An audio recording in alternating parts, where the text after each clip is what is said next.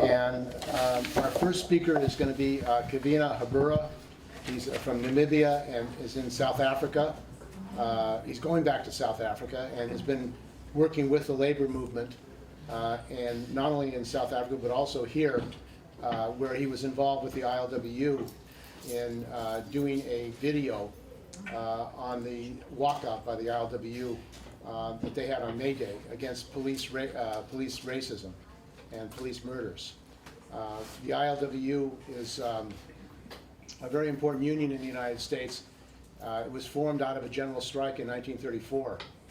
And two workers were shot in July. That's why we actually have Labor Fest, to commemorate the San Francisco general strike.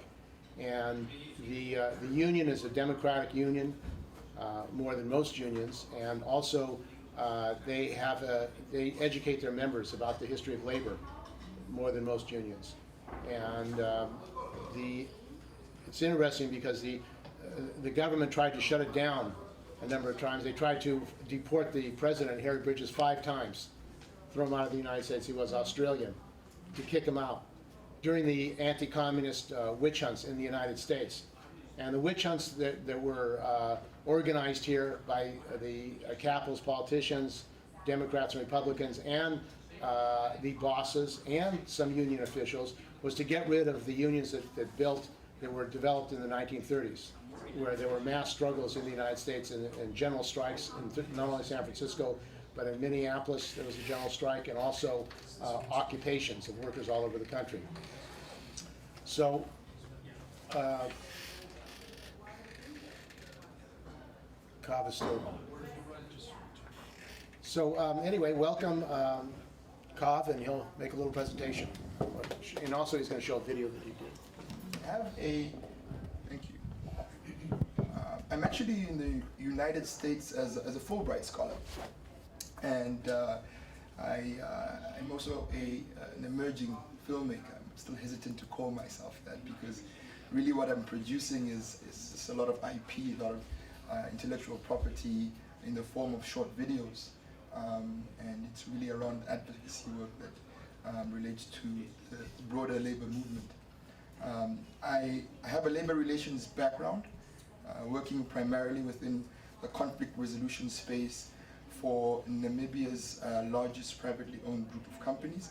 And this company in particular spans across various sectors, namely retail, agriculture, as well as manufacturing. And it was really during this time when I was working for this particular company where I interfaced with a lot of workers, a lot of union officials, shop stewards, and of course many other union members.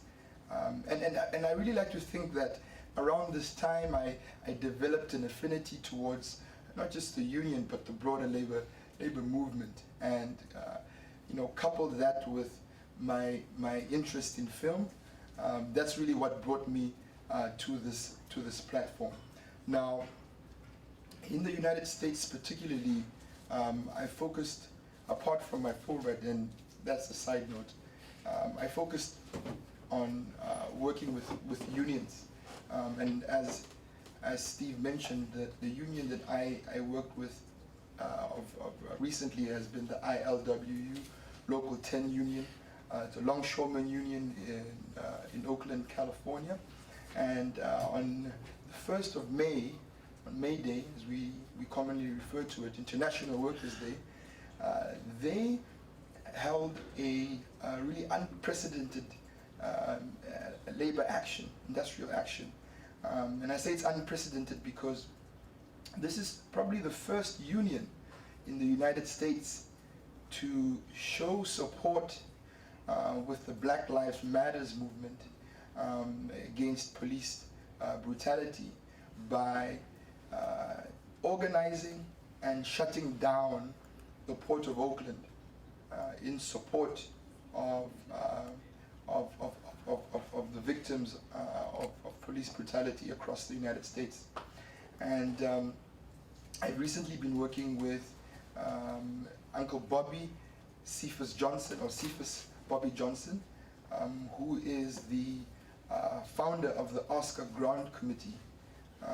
If you live in the Bay Area, you may be familiar with the Oscar Grant story, a young youth who was murdered or unlawfully killed by a BART policeman on New Year's Eve, I believe it was in 2010. Ever since the events, it was probably the first time in California history that a police officer, in this case a BART police officer, was prosecuted and tried and successfully received a sentence for the unlawful killing of this youth. And so I've been working a lot with Uncle Bobby Johnson, as he's familiarly known in the community, and producing content that I really would like to replicate upon my return to Southern Africa. So without further ado, I'm going to show you two videos. The first one really relates to the May Day protest that took place, and then with the ILWU, and the second one will be that of Uncle Bobby Johnson. If you just give me a minute to set up.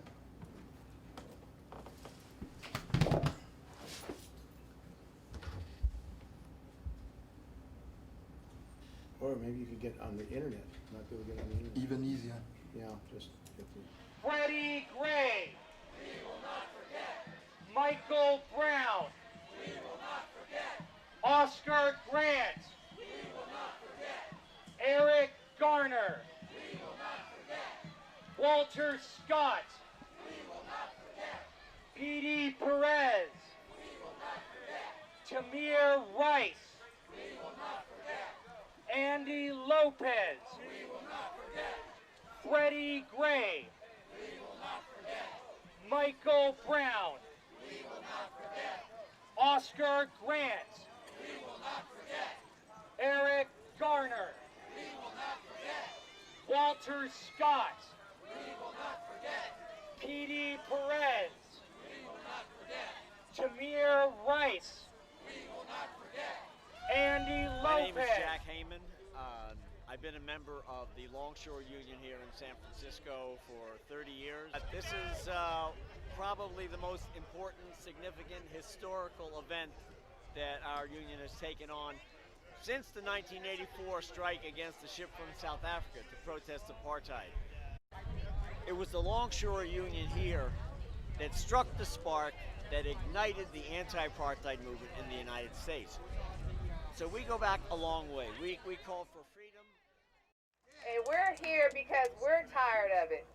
Labor has a role to play in social justice, and we are all workers in some capacity, union or non-union.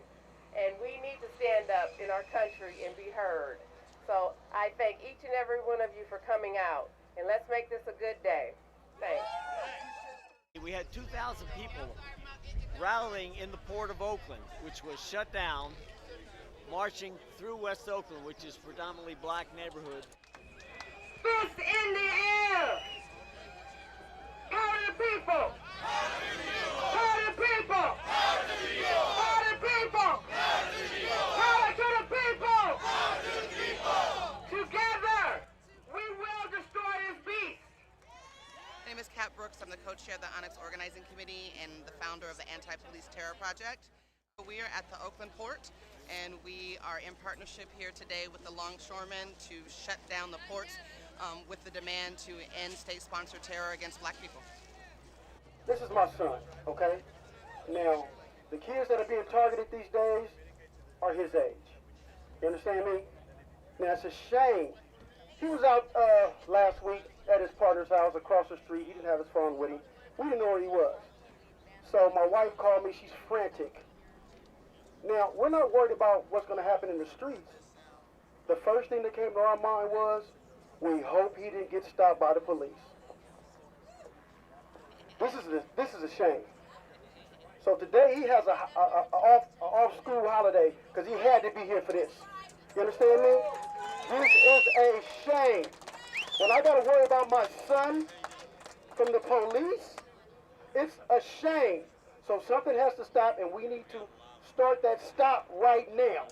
You understand? Local 10, baby. Let's do it. Okay, we have a brother here from Los Angeles, the largest port in the United States. Change. We need to change the system of how it's going on. They got to quit killing the kids. Thank you very much. Local 63 in the house. One more time, are you ready to march?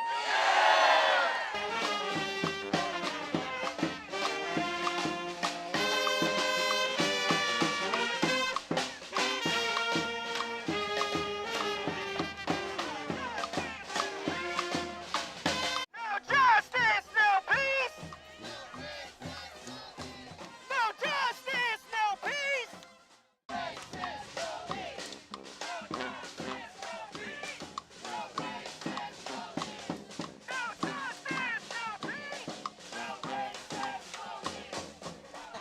My name is John Ryman. I'm a retired carpenter and I'm an expelled member of the Carpenters Union. I was expelled for leading a wildcat strike and also a whole lot of other stuff. I've been involved in helping to organize this here. I think it's really criminal that the labor movement has been largely absent from this whole Black Lives Matter campaign and from the struggle against police racism and police murders. You know, there's a crime wave in this country of police murders and police brutality against Black and Latino people and against working class people in general. And so, you know, there's been this whole movement, Black Lives Matter, which, I mean, it's just gotten to be, you know, absolutely unbearable. And so the community is starting to rise up against it. Our world! Whose world? Our world! Black Lives Matter! Black Lives Matter! Black Lives Matter! Free Mumia Abu-Jamal from prison! We called for freedom for Mumia Abu-Jamal, a black political prisoner on death. Well, he's not on death row, but he's in prison and dying as we speak because of his medical condition, and they won't give him proper medical care. If there's too many of us in parking enforcement, then maybe we need to start training people so we can be somewhere else. At the end of the day, we are here to stay, and an injury to one is an injury to all. Thank you. Instead of having to work 2 or 3 jobs, they can go home at night to work with their kids on their homework and do all the things that a family needs to do in order to change the racism in this community, in order to raise up our communities and raise up our children. We called for freeing Angela Davis back in 1972. More recently, a young black man was killed here in Oakland by BART police. His name was Oscar Grant. We shut down all the ports here in the Bay Area to demand justice for the family. And all these faces on my shirt are national families, because as you know, we've been traveling and crisscrossing this country since Oscar's death, connecting the dots. This is not an isolated situation. It's not a simple fact that it was a rogue or bad cop. It's systemic, and it goes to the core of their existence. In order to stop this killing, we're going to have to tear down this sick system. It's important because there were community members, but it was also organized labor. That's important because we need every sector standing up on these issues. And so that was represented today. Today was an amazing show of solidarity. It went really, really well. We had a very successful march, a show of unity from the port to here, Oscar Grant Plaza, and that really is symbolically connecting that the workers hold the power, the workers who shut down the port, and then marching here to Oscar Grant Plaza, workers showing that Black Lives Matter more than however many dollars we're making an hour, and more than that, more than how much the capitalist bosses, our oppressors, are making off of our labor. Today we showed, marching from the port to Oscar Grant Plaza, that Black Lives matter more than any kind of capitalist agenda. So the people in the community united for that today, and we did a very strong show of our power as the people. If this is business as usual, then business as usual has to be brought to a halt. And today the longshoremen and other people, particularly longshoremen, issuing a challenge to everybody. You cannot let this go down. If you think it's bad, if you hate the way the police are killing people, if you aren't standing up and doing everything in your power to say, I will not live in a society like this, then you're complicit. PD Perez, Tamir Rice. Andy Lopez. So that was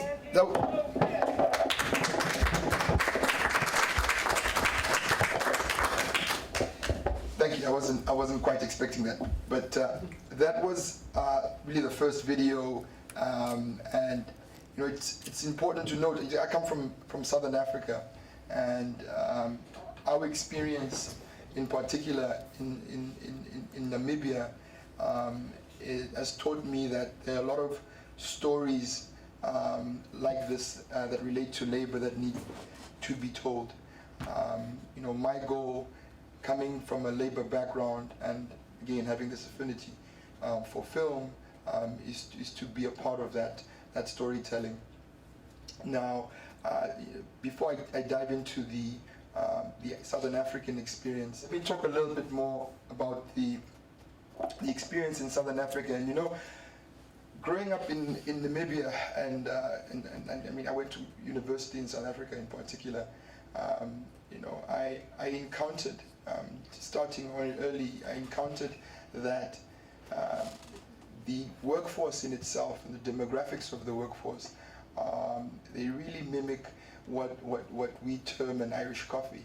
The Irish coffee syndrome, as we refer to it, where you find the majority of the workers below an executive or a management level, a senior management level, are black, and the upper crust, that white cream, are the minority white workers.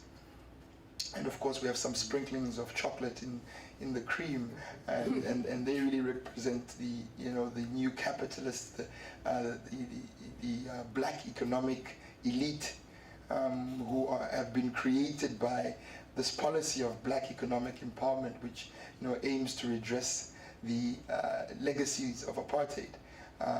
And when I started working, it was straight after college. I just finished my undergrad in Cape Town and did a focus in industrial relations, a broader HR degree. And I came and I started working, and I encountered this in the workplace. The only way you could really redress some of this, some companies were doing what some companies were doing. They were getting young college grads like myself, putting them into these corporate environments and assimilating them to the upper echelons of management through these fast-tracking training programs. But that really wasn't enough, and I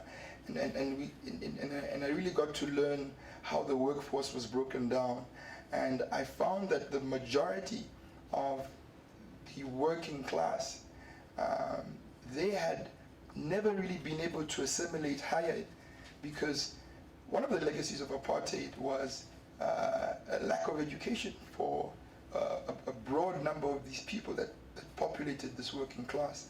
And so you found 45, 50-year-old men working still as general workers in a factory, or they're milking cows on the farms, and they had no basic literacy or numerical skills. They couldn't read or write. You found that a lot of them could not even interpret the pay stubs, the pay slips, and they couldn't even calculate their overtime. And one of the things that we were doing as a company was going out in the field and really engaging these workers through a lot of education. There's a program called ABET, Adult Basic Education and Training, which provided these basic literacy numerical skills. And I found that a lot of the content that worked was easily interpreted, visual content. And I really see opportunities here, because Africa, as we know it, has the fastest growing mobile market. Everything's going mobile. I think 2/3 of Africa as a whole, or African households as a whole, have at least one cell phone, one mobile phone in them. And I see this really as a platform that, moving forward, we could share this content.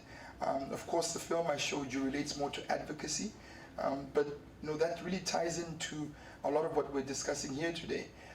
Trying to educate the working class developing a broader sense of class consciousness, seeing where you fit in this broader system. It takes a lot of education, and I think moving forward, a lot of the content that we share with workers can go a long way in addressing some of these gaps, at least if you consider the Southern African experience. So, to conclude, really from my point of view, I am going back after 3 years in the U.S. With a strong understanding of some of the opportunities, but really also knowing that we as a broader community can support each other by building the right platforms, by building capacity to ensure that we reach those outcomes and those milestones. So that's it for me. Any questions? Any questions? How do you distribute or publicize your videos once you make them? So that's a good question. So let me just make it very clear. I just started doing this. I've always had an interest in it, and it's only in the last 2 years that I've really gotten my hands dirty. So I have a Vimeo site, and I usually publicize it on my Vimeo site. I usually use online platforms, open source platforms. I recently, and of course, I certainly am speaking about my experience. I'm not comparing myself to the average worker that doesn't have access to some of these resources. But I recently, started the website, and so I plan to dump a lot of my content on my website, thecavalier.com. It's broad content, but we're focusing specifically on social justice work in that sense. Also, can I make it broader then? Like, how would you recommend getting this kind of content out to a more mainstream audience? That's a good question. Well, videos don't necessarily have to be. They don't necessarily have to be as intricate as the one you saw now. Sometimes it could just be a worker who is seeing a rights abuse, recording it on his phone and uploading it to an online platform. I know in China they have Youku, something similar, but specifically for the African market. South Africa in itself, and that's really a good question you raised. South Africa in itself, I know Google Africa just released the numbers a few weeks ago, this week actually. They're seeing a lot of opportunities with YouTube. More South Africans are accessing the internet through their mobile phones, but they're going to sites like YouTube and Facebook, social media. So social media for me is another one of those platforms that can be used even if it's in the beginning. Just to follow up on that question, because you mentioned workers who cannot read or write, but also there's this multimedia, video. Are the illiterate workers, also viewing video, and if so, how can, the video you just talked about, them shooting, police brutality, for example, be also communicated directly to the grassroots, to the people who don't read or write? Is there a new opportunity? Absolutely. When I was working for this particular company in Namibia, excuse me, it's ironic. You'd see a lot of these workers that had a high level of literacy, for some reason knew how to operate a mobile phone. A lot of them knew their way around the internet or website on their mobile phones. It's just when you bring a paste up in front of them that things get blurry. Definitely mobile, the mobile space. What I've seen is happening, especially with the push from the local shop stewards within the union representatives.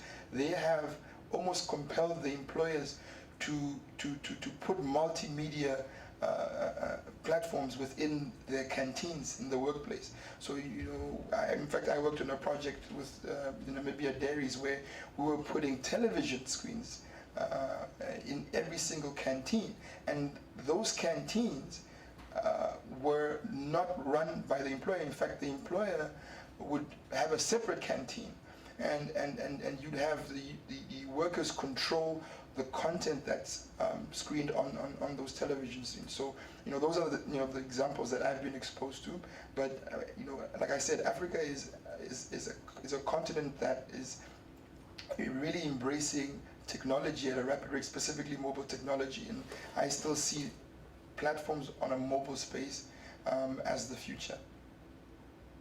Okay. Thank you. Thank you.